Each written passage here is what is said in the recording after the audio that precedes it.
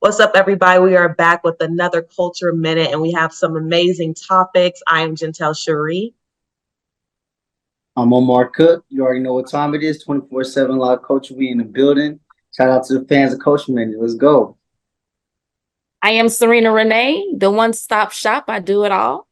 Media host, writer, actor, making it do what it do. Yes, she does. Yes, Ready. she does. So we're about to get into our first topic of the day, and that is Issa Rae's show Rap Shit is being canceled after 2 seasons. I mean, everybody is just in uproar on social media. Like, why are they canceling it? It was a good show. They left us on a cliffhanger. Even HBO said it was a great show and it reached out to so many people. So my question is, why is it being canceled? What do you guys think? I mean, there can be a million of different reasons why it would be canceled, and probably reasons that we wouldn't even ever really know. We can only really speculate unless they just come out with a clear cut reason as to why. But I mean, as far as the show, I mean, it was a dope show. I thought it touched a different fan base of, like it got to show women rappers. You know what I'm saying? And they were dope, and they were going through real situations. It was relatable.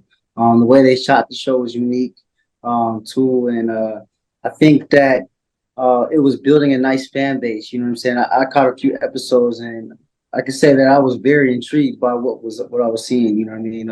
Shout out to Issa Rae. She's been going crazy for a little minute, obviously, with her content. So, I mean, this is not the end of the road for her. I mean, this is just a small bump in the road for her. I'm sure she'll come back with something way more fire. Who knows? You know what I mean? She might even do her own thing on her own network at some point. You know what I'm saying? But that's just the thing of dealing with these major networks and major studios is that you're at their, you're at their say so. You know what I'm saying? Like they can kind of just pull things when they want to, which is unfortunate for the people that's invested to it. The fans, the actors, the crew, having to go find new jobs and whatnot. And I'm sure that was very surprising to hear though that news, just like we as fans were surprised to hear that, like, what, Rap Shit's canceled. It's only been 2 seasons. It's not like it was a whack show. You know what I'm saying? So, you know, who knows, man? But shout out to Issa Rae again. You know what I mean? I'm looking forward to seeing how she comes out of this and her bounce back. Yes. So again, shout out to Issa Rae. Like she's been paving the way for a lot of us. Let's just put it like that. Unapologetic, doing her thing for our community. So I definitely want to shout her out for that. As far as my reasoning, as to why the network took it off, like Omar said, it could be some things that we don't even know about. For example, we might think from the viewer standpoint that it's a lot of views, but from the network standpoint, it might not be a lot of views. It could be, well, maybe we need to shut it down for right now and move it to a different time. So we never know what's going on in the back end when it comes to production. That's the only thing I can think of. And HBO is in support of the show. So if they want to pick it up, hey. And at the end of the day, she's putting out really good content. She's putting out things that are relatable. So I feel like, whatever Issa Rae does, somebody's going to snatch her up and she's going to be the next Oprah with her own network because she's been paving the way doing her thing and it's good content. So again, we might not know what's going on the back end, but definitely I know she's going to succeed in everything she do. She's been doing it and I'm super proud of her. So. Yes, you're absolutely right. Issa Rae has paved the way. I mean, we watched her create her own, content on YouTube and reach to Insecure on HBO. It's just amazing. Yeah. Everything she's been doing. She was just in Barbie. Issa Rae, keep on, we room for everybody Black. Yes. Absolutely. Definitely room for everybody Black. Yes. So our second topic of the day is Eva Marcille and Takara Jones. They told us a little secret of how they landed their way on America's Next Top Model. When I tell you this might be the key thing to get into Hollywood, it low-key might. So basically, America's Next Top Model, Tyra Banks' show, had auditions, and one was in Atlanta at Lenox Mall. Eva saw the line, it was mad long, and after she saw it, she was like, man, I gotta go to work, I can't make it. So she ended up going to the callback in Tennessee. When she got to the callback, they were like, "Where do we see you at?" She was like, "Well, I saw y'all in Atlanta." So she didn't lie. She did see them. She just didn't actually see them in the audition. So actually, Takara, she did the same thing as well in another state, and they both made it on America's Next Top Model, and they both were memorable. I mean, Eva with both of them with the tarantula on their faces, like, Yeah. I mean, iconic. Just to hear that story, I'm like, wow, you like people be breaking down the doors, breaking down the doors. Yeah. So first and foremost, let me just say, Eva and Takara, they're me. I don't stand in lines. I fight for what I want. And I'm the type of person, if I see an opportunity, I'm gonna go for it, period. I don't play by the rules, so I break them all the time. Gentel can tell you. Yeah, she can get a test. But what they did is is brilliant. Sometimes you have to think outside the box, especially if you're trying to break into the industry. And it's crazy because Eva wasn't even trying to be a model. She was there to support a friend. And so she was like, "Oh, I can do this. Okay, let me just go see what I can do." And she did it. And she did amazing. She won. So yeah, if I just feel like if there's anybody out there that's watching this right now, if you have a dream, aspiration, a goal, and you can see it, but other people can't see it, don't worry about them. Just go for it. And even if you feel like, man, if I do this, people gonna think I'm crazy. So what? Crazy is what's gonna get you where you need to get to. That's right. That's how I see it. 100. Right. Yeah, because at the end of the day, and I'm sorry, at the end of the day, it's just like Nicki Minaj, Lady Gaga, both of them came out crazy, right? They did that to break the industry. Now they're more level head, they ain't wearing the crazy outfits or the crazy hair, they're very classy now. Sometimes you gotta do that. Absolutely. I think what we're seeing here with these two people is a strong showing of belief and confidence in themselves. To even pull a move like that, to show up at a callback that they didn't even see you at, and them actually seeing you and seeing your talent and saying, "Okay, yeah, you can make it to the next round," is a crazy story. But obviously, they had that confidence in themselves to make it happen. I mean, we still know who they are today. You know what I'm saying? And I'm even myself. I can remember seeing episodes, watch with my mom, watching it on TV. I knew who they were as a kid, so they definitely made their presence known on the show. They definitely have made great careers out of their opportunity that they were presented. And sometimes, the universe is funny. Like, you can be praying for a situation, and sometimes it can look like that, but you might just have to take a step into a leap of faith. You know what I'm saying? And you get blessed in major ways, by the small leaps, because she could have blown that off and not gone. You know what I'm saying? And we probably wouldn't know her name today.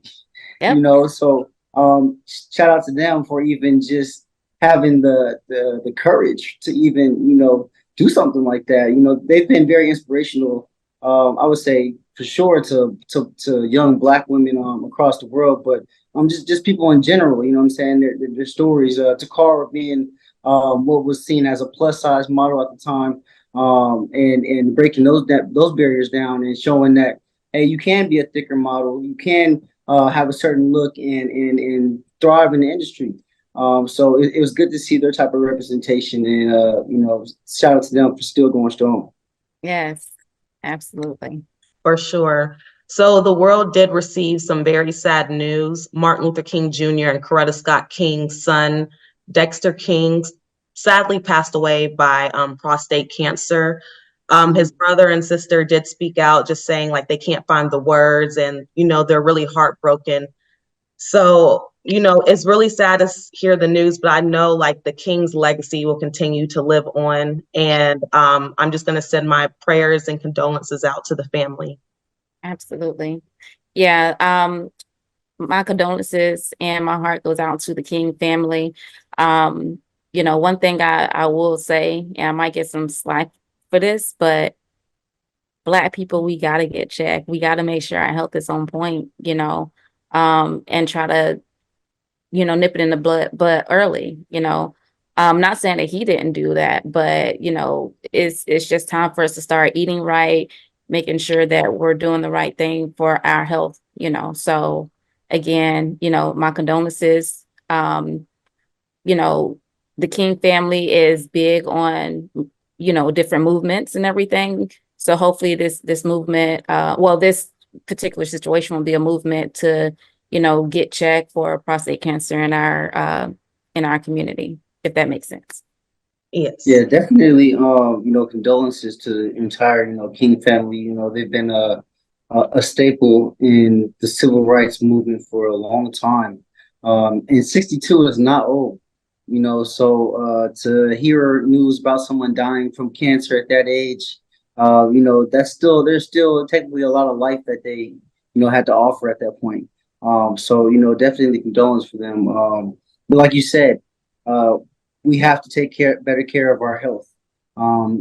Especially these days, there's so much knowledge out there about the potential health risks of certain foods, certain outside factors such as drinking or smoking, cigarettes, et cetera, that our older generations have picked up in the past. We have to, I think, especially as millennials, kind of change the direction as how we treat our bodies. So definitely staying updated with health checks, going to see a doctor regularly, picking the right foods, eating more vegetables and fruits, getting some sunlight and some exercise. These things are important, you know what I'm saying? To get out of the rat race and not be in the office all day, but to actually get some fresh air. So it's easy to get caught up, doing your life and working and all these things, and to overlook your health is really easy until it actually catches up with you. So this is very sad, but the King family will always be held in a high regard, and definitely condolences and fair wishes to them. Yeah. Yeah, I was gonna add to what you said, Omar. A lot of times, our community, they don't want to go to the hospital because they're scared of doctors. Right. So my thing is, if you are scared to go to the hospital because you feel like you ain't gonna come out, seek a holistic doctor. That's the only advice I can give you, so there's other alternatives out there as well.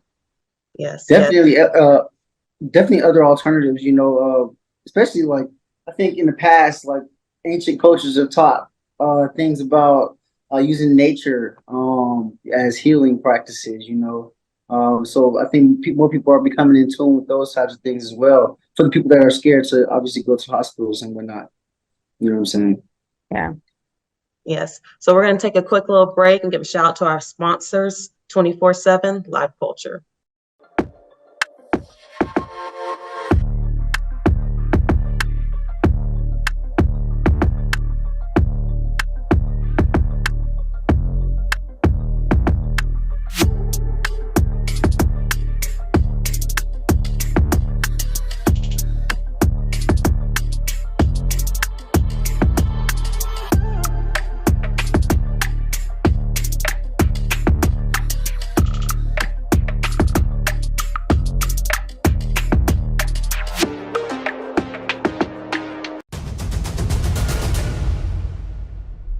And we are back, Culture Minute.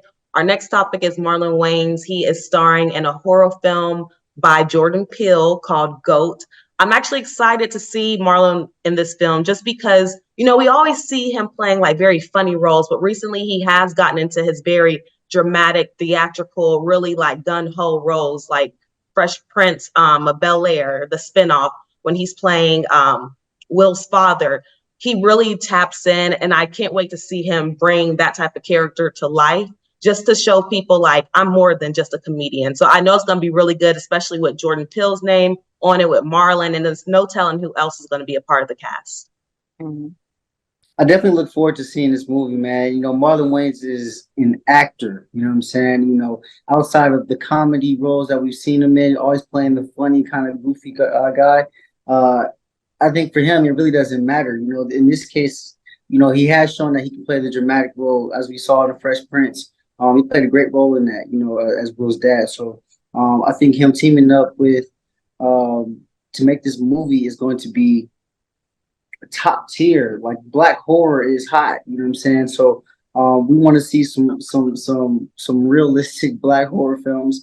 I think Peele does a great job of doing that with Get Out. He's kind of put in some some real life stereotypes into his movies. So I'm interested in seeing how he puts this together with Marlon in the. Let's see what type of cast he's going to surround him with. You know, I'm anxious to see the supporting characters in the storyline. I know this is going to be a big project for Peele. Of course, he wants to bounce back too after the last one. I think it's tough to mimic the success of a film like a Get Out off rip. So you know, I feel like Peele is trying to make a big splash, especially with this one, bringing Marlon on the cast. Right. Yeah, I'm super excited. I didn't see Fresh Prince, so I don't know how Marlon was, you know, perceived. But I do know he was in Scary Movie, wasn't he? He was. Okay. So that's all when I saw the headline, I just started laughing because I was like, I can't really see him playing in a horror role. You know what I'm saying? So I'm interested to see how serious he'll be. Dramatic. Is he gonna die? Is he gonna, you know, what it's gonna be? You know what I'm saying? Like, Right. is he gonna have a funny in there or something? Like, I'm excited to see that. Yeah. I'm sure you would probably have some comedic aspects in there. I mean, you know, he's still Marlon Wayans, but I definitely see this as probably going to be more serious, dealing with how Peele tells the stories here. So you know, it'll be interesting to see, and I think that'll be a nice challenge for Marlon this late in his career to play this type of role. Yeah, but you know, like, I can't take Marlon serious though. I'll be 100. I can't take him serious. Like, It's tough when you've been playing comedy your whole life. yeah, You know what I'm like, saying? right. So even if he is serious, I think his facial expressions is gonna make me laugh off rip, because I already know, like, I'm goofy, and you know, whatever. Yeah. I think he's gonna have stuff like that. Bel Air. I gotta send you that scene. Okay. You Yeah. can't be the only one laughing in the Scary Movie, yo. Huh? Say it again. I said you can't be the only one laughing in the Scary Movie, yo. You're right. I might do a little chuckle, you know. Right. I'm crying. But shoot, I'm crying. So Lil Boosie, he said that Suge Knight wanted to sign him to death row. And a lot of people were telling Suge Knight at the time that Boosie could be his next Tupac. So he talked about it in a recent Vlad interview. And, you know, I mean, Boosie has a very successful career. Yes, he did different things than Tupac with his career, but I mean, pretty much all Boosie's songs are hits. A lot of people were like, don't compare him to Tupac, blah, blah, blah. But I think it was like Tupac and Boosie's lane, if that makes sense. Like, I don't think like Tupac. I just think it was like, he's going to be as big as Tupac. Because I mean, everybody know Boosie and everybody know Tupac. But I guess, you know, you can take it how you want to. What do you guys think? Yeah, you have to see it from multiple perspectives here. You know, I mean, one, Pac and Boosie are one and the same in different ways, but they're also very different. You know, one, Pac used his platform. He was more of a revolutionary, but he played this role so that he could reach a certain audience. He wasn't more so the real life thug that Boosie came from. You know what I'm saying? Boosie was more so in that. You know what I'm saying? So his community impact in Baton Rouge, Louisiana, is very homegrown there. You know, Tupac is L.A., but you know, Tupac was also New York, Oakland, you know, whatnot. It's easier to kind of build your brand and your fan base being in Hollywood than it is Louisiana. But you know, if you go out there to Louisiana and Baton Rouge, you know, they'll tell you Boosie's the biggest thing out there. You know what I'm saying? You know, I went to school in Baton Rouge, so you know, my first day out there, I can remember people blasting Boosie out the windows. You know what I'm saying? And you know, I had heard a little bit of Boosie in LA. Like, you know, we hear him, but we don't just blast them like we do our LA artists. You know what I'm saying? Whereas they do out there, like Boosie's the hood hero. You know what I'm saying? So I can see how, you know, at that time Suge might have been like, okay, yeah, we might fuck with Boosie on some he the highest right now in that area. You know what I'm saying? Boosie came out spitting some dope lyrics, you know, that was relatable for his people in that area. You know what I'm saying? It may not, I don't think his music more so translated commercially on a national scale that Tupac did. You know, I think that's the biggest difference. You know, Tupac had more variety, like, you know, from Dear Mama, that could relate in that name, those type of songs, to Hit 'Em Up. Now I can talk to some, you know, some gangster shit, or I could get on a song with John B, but they don't know. Like, you know, it was just a different type of range that Tupac had, whereas Boosie was more trap music. You know what I'm saying? More southern music. It was more a little bit more kind of, I wouldn't say one dimensional, but he stayed in his lane more so than I would say Tupac did. Yeah, I totally agree. Bootsy is a staple on the East Coast, all the way down to Miami. I remember I took my daughter for her birthday. She was 16. This is around the time the pandemic happened or whatever, and Florida was opened up. So we went to the gas station, and I'm in a car with a bunch of teenage girls, right? Now, I didn't raise my daughter on Bootsy. Right. So we at the gas station, Bootsy pull up in his car. He had his whole entourage. He gets out the car. His kids get out the car, and I hear all the girls in the back screaming. I'm thinking somebody trying to rob us or something. I was like, what? So I turned around. It's like, oh, that's Bootsy. I'm like, I'm talking about Bootsy. You know, so he's a staple on the East Coast. He you know, did his platform. And like you said, it's more on the hood, rich type situation and stuff that we on the East Coast can relate to. I'm not personally a Bootsy fan, but some of the things that he's saying, his lyrics, I can relate to because I've been through that, you know, growing up in the hood and things like that. But I definitely agree. Tupac, Bootsy are two different animals. You know what I'm saying? You have Tupac, who is very diverse in his craft. You know, he did everything from R&B to hardcore rap to, let's talk like acting. Like, he was an all-around artist, like, you know, and everything. So I don't see how Suge could have went to Bootsy and was like, hey, you the next Tupac. I think he had another agenda, if you ask me. You know what I'm saying? But that's a whole nother story for a whole nother day. But I'm glad that you know, Bootsy kind of was like, you know, whatever, and didn't take the offer. But yeah, he's definitely not compared to Tupac in no way. Yeah, yeah. And I was trying to say earlier, sorry if I didn't mean to like try to cut you off, Omar, but I was gonna say kind of what Sarina was piggybacking on. Boosie was like huge on the East Coast, like from when I was in like middle high school, like that's all everybody was listening to, like Boosie, Boosie, Boosie. So all I'm saying is I definitely do think they're different, like animals, different beasts, because Tupac definitely had his lane and Boosie had his lane. But I will say Boosie definitely, like, everybody knows Boosie in his lane. Like, you know what I'm saying? He might not have done everything Tupac has done, but I mean, feel like he's just as like popular. Yeah, for sure. Boosie. Yeah, people know Boosie for sure. Yeah. So he's definitely made his name. You know what I mean? Like he's, you know, he can stand on his own for his career. Yeah. But yeah, that was Culture Minute, y'all. Thank you guys for tuning in to another episode. I am Gentel Sharrie. Omar Cook, you already know what time it is. 24/7 Live Culture. Tap in. Sarina Renee, the one-stop shop. I do it all.